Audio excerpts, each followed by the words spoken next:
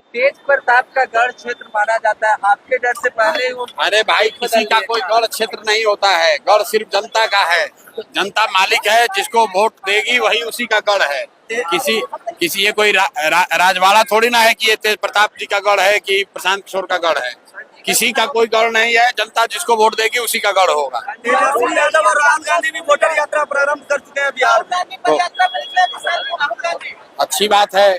कम से कम प्रशांत किशोर की पदयात्रा ने बिहार के नेताओं को रोड पर तो उतारा, नहीं तो यहाँ पर तो सिर्फ लालू के डर से नीतीश और मोदी के डर से लालू को वोट मांगने की परिपाटी थी। ये जन स्वराज का डर है कि 20 साल से जो 400 का पेंशन था वो बढ़कर 1100 हो गया। वर्कर्स का मानदेय बढ़ गया। बिजली का आपका 125 यूनिट फ्री हो गया। इसी तरह जन स्वराज का डर है। सारे नेता पैदल पैदल घूमेंगे, जनता के पास हाथ जोड़कर उनको जाएंगे मांगने वोट। नहीं तो अभी तक तो ये कहता था कि जाएगा कहाँ, लालू के डर से हमको वोट देवे करेगा।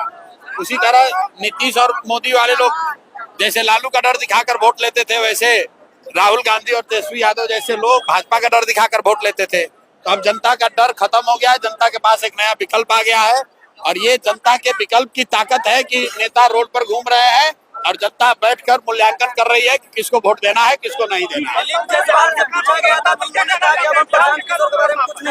दिलीप जायसवाल जैसा 10 आदमी का दम नहीं है कि प्रशांत किशोर के खिलाफ कुछ बोले। बात व्यक्ति की नहीं है।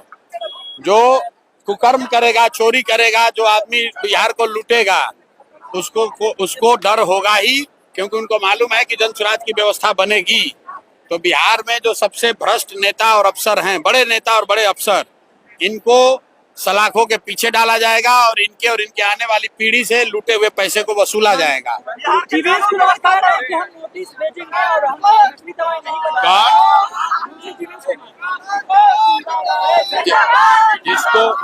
जिसको कोर्ट ने कन्विक्ट कर दिया, जैसे लालू जी हैं, लालू जी पर चारा चोरी का इल्जाम लगना एक बात है और कोर्ट का कन्विक्शन अलग बात है। कोर्ट ने, न्यायालय ने ये बता दिया कि आपने इसमें आपकी गलती पाई गई। उसी तरह जीवेश मिश्रा के लिए राजस्थान के कोर्ट ने ये कह दिया कि ये जाली दवा बनाते थे।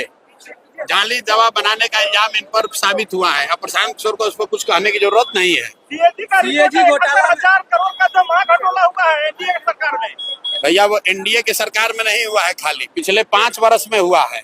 5 वर्ष में 78,000 करोड़, बिहार जैसे गरीब राज्य में 78,000 करोड़ रुपया का हिसाब किताब ही नहीं है कि वो पैसा गया कहाँ, घोटाला हुआ कि नहीं हुआ, ये तो जांच का विषय है। लेकिन जो सीएजी ने कहा कि 78,000 करोड़ पिछले 5 साल में सरकार ने खर्च किया जनता का पैसा, जिसका कोई लेखा जोखा, कोई हिसाब किताब